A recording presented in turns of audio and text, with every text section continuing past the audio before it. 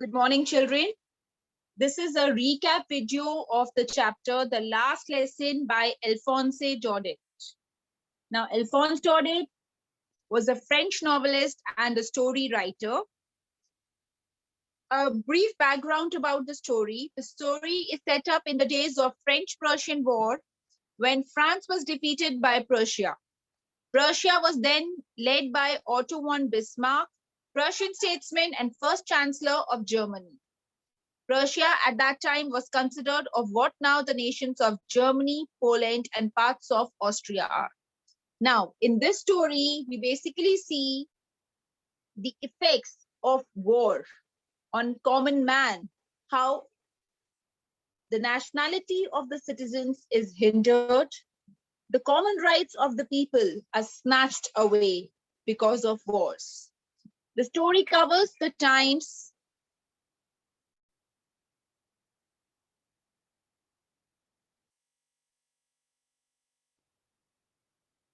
The story covers the times when French districts of Alsace and Lorraine were taken over by Prussia.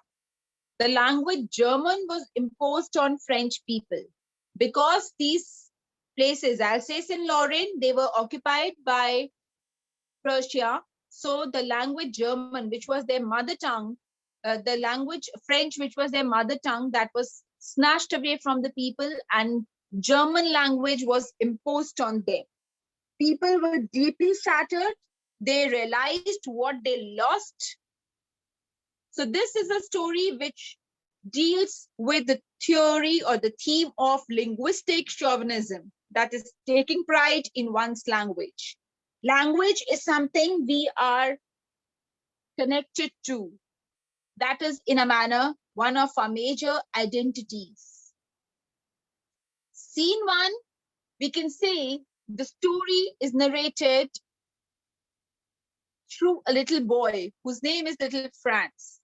Little Franz is late for school. He was supposed to prepare with participles. He was afraid of his strict teacher, M. Hamel. M. Hamel used to teach children French in a small school. M. Hamel would question him on participles. So Franz was scared to go as he was not prepared for the topic. He was tempted to skip the school, but Prussian soldiers were drilling and it was a warm and a bright day. The child saw the open field, but he resisted all the temptations and hurried to school. Now, while going to school, on his way, there was the town hall, which was located in the center. There was a large bulletin board put up outside the town hall. Now, all the information noticed by the government that used to be put up on this bulletin board. Franz saw a crowd gathered around the bulletin board. Bulletin boards supplied all bad news from the last 2 years as the country was in a state of war with Prussia. So this bulletin board had informed them about all the lost battles, the drafts, the orders of the commanding officers. So now when Franz saw people gathering around the bulletin board, he wondered what could be the matter now. So then the next scene is where the blacksmith is working. He was working with his apprentice or a helper or a trainee. Don't go so fast, Bob. You'll get to your school in plenty of time. The blacksmith remarked at the little boy, Franz. Franz wondered why he said there was plenty of time. But because he was in a hurry, he didn't bother much and he just ran fast. The school scene. The silence in the school was just like a Sunday morning. Franz wondered why the school was so silent. There was no usual commotion, no rapping of teacher's ruler on the table, no regular hustle and bustle of the children moving around here and there in the school. And there was no opening and closing of desks. So it was complete silence, or perhaps deadly silence, as the school building was completely silent. Now, as little Franz entered into the school, into the classroom, he realized that Mr. M. Hamel, his French teacher, was differently dressed up that day. He was wearing beautiful green coat, frilled shirt, and little black silk cap, all embroidered, which he generally used to wear only on the days of occasions. Franz expected he would get inside the class amidst commotion, but there was complete silence. Children were already at their places.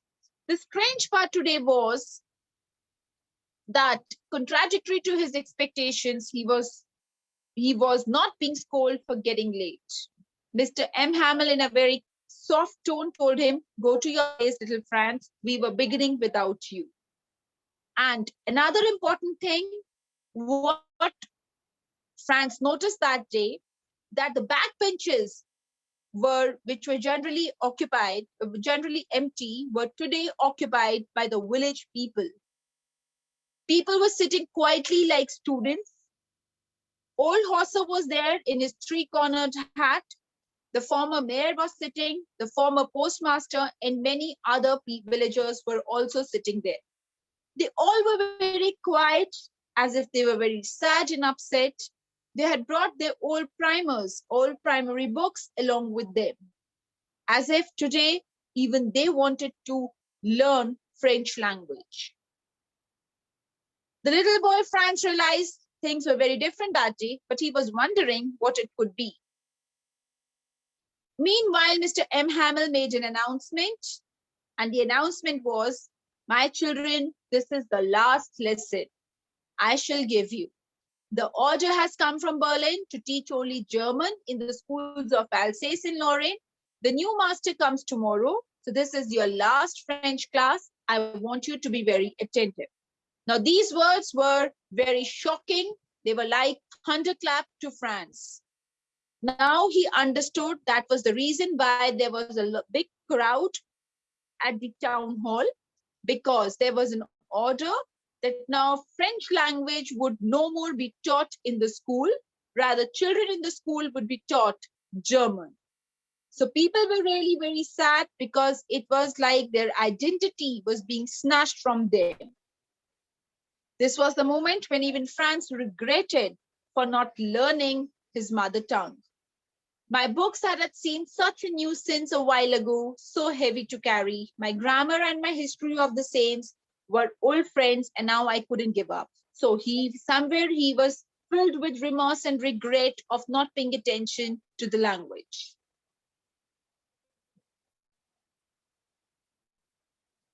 It was in the honor of this last lesson that he had put on his Sunday clothes. Mr. M. Hamill, the old people from the village had gathered, as they were sorry that they had neglected school, to pay respect to the old master for his 40 years of faithful service, showing respect to the country that was there's no more.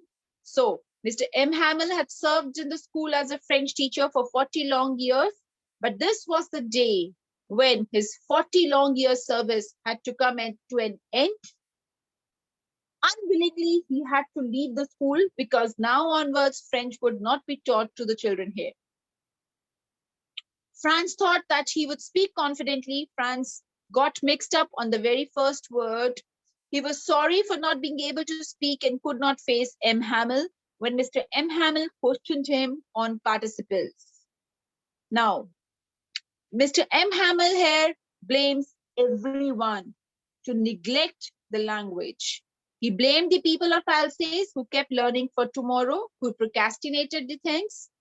Parents preferred to put their children on fields, so he also blamed parents for not taking their child's education seriously. And not only this, Mr. M. Hamill even blames himself for not taking his classes seriously and sending students to water his plants and giving holidays when he wished to go for fishing. Mr. Hamill tells the children that French is the most beautiful language in the world, the clearest and the most logical one. And he realized and tried to teach the students that when a people are enslaved, as long as he hold fast his language, it is as if they had the key to their prison. But because now the language was taken from them, so perhaps they were captured and even the key was not given to them. Franz, the little boy who was always scared of Mr. M. Hamill, was filled with admiration for his teacher. He realized that Mr. Hamill had taught him with patience.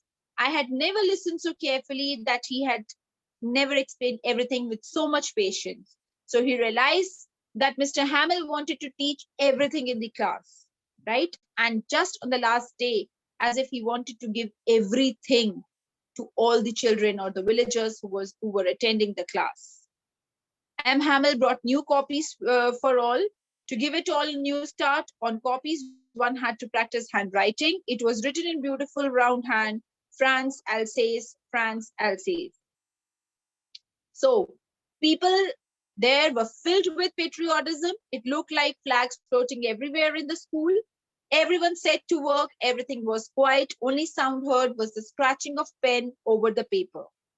So will they make them sing in German, even the pigeons? This was a satirical remark upon Germans. France mocks Germans. Can they force animals and birds also to speak in German?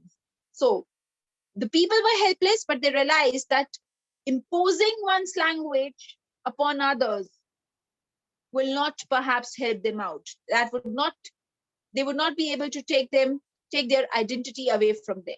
So we see this as a satirical remarks as well as helplessness. Human predicament, man has turned inhuman, where he wants to control, rule, and take over other.